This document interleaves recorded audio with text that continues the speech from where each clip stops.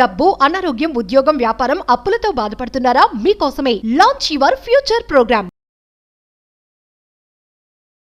Hi hello నమస్తే, welcome back to Suman TV. ప్రస్తుతం మనతో పాటు ఉన్నారు doctor Girija garu, anaesthesiologist, fitness and health coach. మేడంతో మాట్లాడదాం. నమస్తే మ్యామ్.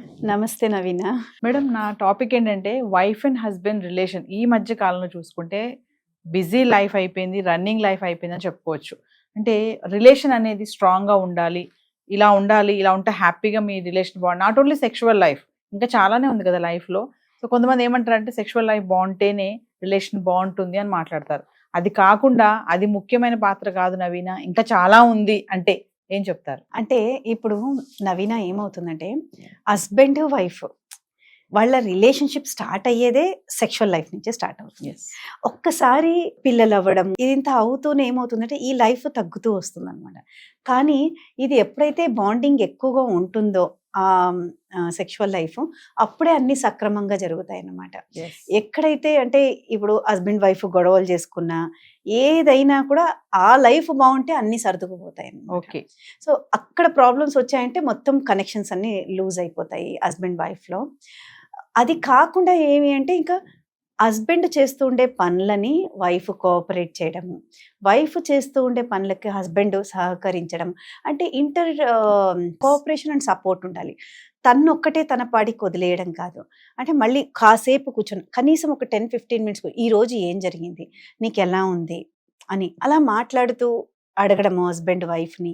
అండ్ వైఫ్ తన గురించి తను చెప్పుకోవడం, లేక హస్బెండ్ ఎక్కడ ప్రాబ్లమ్స్ అయినాయో అతను చెప్పడము. సో ఇలా ఇద్దరు కూర్చొని ఇంకా పిల్లల్ని కూడా కూర్చోబెట్టుకొని మాట్లాడినప్పుడు ఏమవుతుందంటే ఫ్యామిలీ చాలా స్ట్రాంగ్ అవుతుంది అన్నమాట. ఇప్పట్లో ఏమవుతుందంటే హస్బెండ్ కాడికి హస్బెండ్ సెల్ ఫోన్లో ఉంటున్నారు, వైఫ్ పాడికి వైఫ్, పిల్లలు ఇలా. సో అందరూ it is like totally disconnected. And show off life start అయింది ఇక్కడ.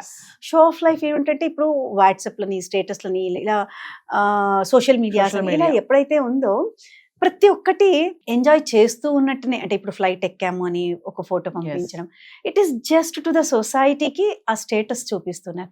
But inner relationship feeling strong లేదు.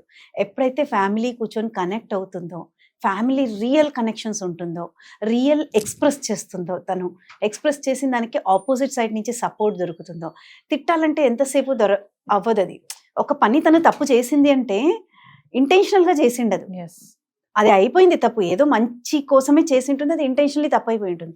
అప్పుడు హస్బెండ్ దానికి సపోర్ట్ ఇవ్వాలి. దానికి సరే ఇంకొకసారి జాగ్రత్తగా చెయ్యి, ఇలాంటివి చెయ్యొద్దు అని ఒక చిన్న మాట అంతే అలా చెప్తే తనలో మళ్ళీ కాన్ఫిడెన్స్, దాని ప్రేమ పెరుగుతుంది అనమాట హస్బెండ్ పైన. మామూలుగా చాలా మంది మేడం, అంటే లేడీస్ విషయానికి వస్తే ఏదైనా గొడవ అయినా ఏదైనా జరిగినా కూడా అక్కడ దూరం పెడదామంటారు. ఆ టైంలో అవాయిడ్ చేద్దాము, అప్పుడు కానీ పనిష్మెంట్ అవ్వదని ఆలోచిస్తూ ఉంటారు కదా. దానివల్ల రిలేషన్ బ్రేక్ అయ్యే ఛాన్సెస్ ఉంటాయంటారా? అంటారు కదా, మన పూర్వకాలం మన పెద్దవాళ్ళు కూడా చెప్తా ఉంటారు, ఇట్లా చేశాడా సరే నువ్వు ఆ సెక్షువల్ లైఫ్కి దూరం పెట్టు, పక్కన పడుకోకు, దూరంగా పడుకో, నువ్వు వేరే రూమ్లో పడుకో, వెళ్ళి నీకోసం వస్తాడులే, ఇలాంటివే చెయ్యాలి అని చెప్పేసి మనం చాలా సినిమాల్లో కూడా చూసాం మనం బాగా. విల్లనిజం అవి కూడా ఇప్పటికీ చాలా మంది పాటిస్తున్నారు. దాని వల్ల కూడా రిలేషన్ లో బ్రేక్స్ వచ్చే ఛాన్స్ ఉంటాయంటారా? కొన్ని రోజుల వరకు, 1-2 రోజులు అయితే పర్వాలేదు. దాన్ని సాగదీస్తే ఖచ్చితంగా ఇంకా అమలు ఆ ఫీలింగ్స్ ఎక్కడికి పోతాయి? ఫీలింగ్స్ డైవర్ట్ అయితే ఇంకా ఏదైతే ఉందో అదంతా మళ్ళీ మొక్కలైపోతుంది. అందుకు కొంచెం హోల్డ్ చేసుకోవాలి, మళ్ళీ అలాగే పనులు చేసుకోవాలి. ఎందుకంటే మేడం ఈ మధ్య కాలంలో మనం చాలా న్యూస్లు చూస్తున్నాము, స్కెచెస్ వేసి హస్బెండ్స్ చంపేయడము, ఇల్లీగల్ అఫైర్స్ ఎక్కువైపోతున్నాయి ఈ మధ్య కాలంలో. అంటే ఇది బాగా ఉంది ఇప్పుడు ట్రెండ్ అనమాట. కొంతమంది ఉన్నారు మంచి హస్బెండ్ ఉన్నా, మంచి వైఫ్ ఉన్నా, మంచి పిల్లలు ఉండి సెటిల్ అయి ఉన్నా కూడా ఈ ఇల్లీగల్ అఫైర్స్ వైపు బాగా టర్న్ అవుతున్నారు. దీనికి ఎక్కువ కారణాలు ఏమని చెప్పుకోవచ్చు? అది చాలా తప్పు అవుతుంది నవీన. అంటే అలా మనము ఎప్పుడైతే ఇంకొకరి వైపు చూడడం మొదలు పెడతామో అప్పుడు ఏమవుతుంది అంటే సెల్ఫ్ కనెక్షన్స్, ఫ్యామిలీ కనెక్షన్స్ తగ్గిపోతాయి అన్నమాట. రియల్ కనెక్షన్స్ తగ్గిపోతాయి అండ్ ట్రస్ట్ తగ్గిపోతుంది. మేబీ హస్బెండ్కి తెలియకపోవచ్చు, బట్ మనలో మనకు అని మనం ఆన్సర్ చేసుకోవాలి కదా. Finally end of the day answer చేసుకోవడం తగ్గిపోతుంది. అది చాలా తప్పు అవుతుంది. And that is wrong thing. That's wrong thing to say. ఇంకా కొంతమంది ఏంటంటే మేడం, వైఫ్ అండ్ హస్బెండ్స్ కూడా ఏదైనా గొడవ పడినా, ఏదైనా సందర్భాలు వచ్చినా కూడా నువ్వు చేస్తున్నావు కదా నేను కూడా చేస్తాను, నువ్వు చేస్తే లేదు నేను చేస్తే ఏంటి అని చెప్పేసి రివర్స్ అయ్యే వైఫ్స్ కూడా చాలా మంది ఉన్నారు. అందరూ కూడా సైలెంట్ గా ఉండరు కదా, కొందరు షార్ప్ కూడా ఉంటారు. మరి ఇవన్నీ కూడా రిలేషన్ ని బ్రేక్ చేయడానికి ఛాన్సెస్ అనుకోవచ్చు కదా. కరెక్ట్. ఇప్పుడు హక్కులన్నీ అమ్మాయిలకే ఉన్నాయి, ఆ మగవాళ్ళు అసలు బాధపడుతున్నారు మాకేం చట్టాలు లేవు అనేసి. మగవాళ్ళకి చట్టాలు లేవు. ఇంతకు ముందు మగవాళ్ళ డామినేషన్ ఉండేది, ఇప్పుడు అమ్మాయిల డామినేషనే ఉంది. సో మగవాళ్ళు భయపడుతున్నారు. కొన్నిసార్లు ఎక్స్ప్రెస్ చేసుకోలేకపోతూ ఉన్నారు. అక్కడ ప్రాబ్లమ్స్ జరుగుతూ ఉన్నా కూడా వైఫ్ తో కమ్యూనికేట్ ఫ్రీగా కమ్యూనికేట్, ఎక్కడ ఫ్యామిలీ బ్రేక్ అవుతుంది అని కమ్యూనికేట్ చేసుకోలేకపోతున్నారు, లోపల బాధపడుతూ ఉన్నారు. అండ్ లైఫ్ అలాగే జరుగుతూ ఉంది ఇప్పుడు సొసైటీలో. అంటే everything is accepted. Western culture వచ్చేస్తుంది మన ఇండియాకి కంప్లీట్లీ. అంటే అన్నిటికీ ఉమెన్ ఈక్వాలిటీ అనుకుంటూ మనం చూస్తూనే ఉన్నాం. అంటే అన్నిట్లో ఈక్వాలిటీగా ఉంటున్నారు. అది మన ఇండియన్ కల్చర్ అయితే కాదు. మన ఇండియన్ కల్చర్ ని మనము రెస్పెక్ట్ ఇవ్వాలి. That's not correct. ఇక్కడ ఆడవాళ్లే చాలా జాగ్రత్తగా ఉండాలి. పవర్స్ అన్ని వాళ్ళకే ఉన్నాయి. సో తను మిస్యూజ్ చేసుకుంటుంది ఆ పవర్స్ ని చాలా చోట్ల. ఇలా ఉండడం వల్ల ఆ లైఫ్ లో సాటిస్ఫాక్షన్ అనేది డెఫినెట్లీ రాదు. కొంతమంది అంటారు, ఏది ఎన్ని చేసినా నువ్వు ఆడదానివే, నువ్వు మహిళవి, నువ్వు ఎంతవరకు చేయాలో అంతవరకు చేస్తేనే అందంగా ఉంటుంది, లిమిట్స్ దాటొద్దు అని కూడా చెప్తా ఉంటారు. ఎందుకంటే ఆడవాళ్ళు అన్ని రంగాల్లో ముందున్నారు అంటే ఇట్లా చంపే దాంట్లో కూడా ముందు వీళ్ళే ఉన్నారు ఒక స్టెప్. మీరు అన్నట్టుగానే అబ్బాయిలు భయపడుతున్నారు మేడం పెళ్లి చేసుకోవడానికి.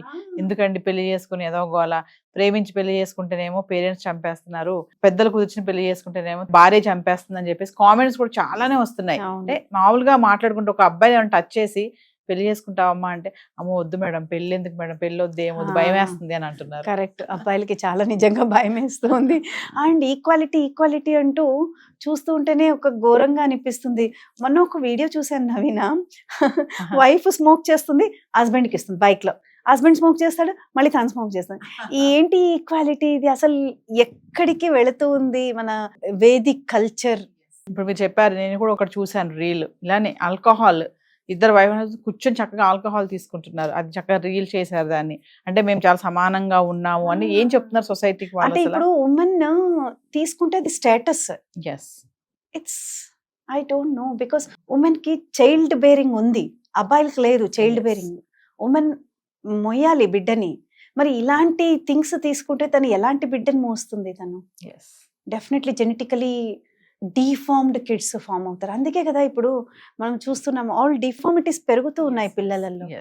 That's not the right thing. That's not our culture. Thank you madam. Thank you so much.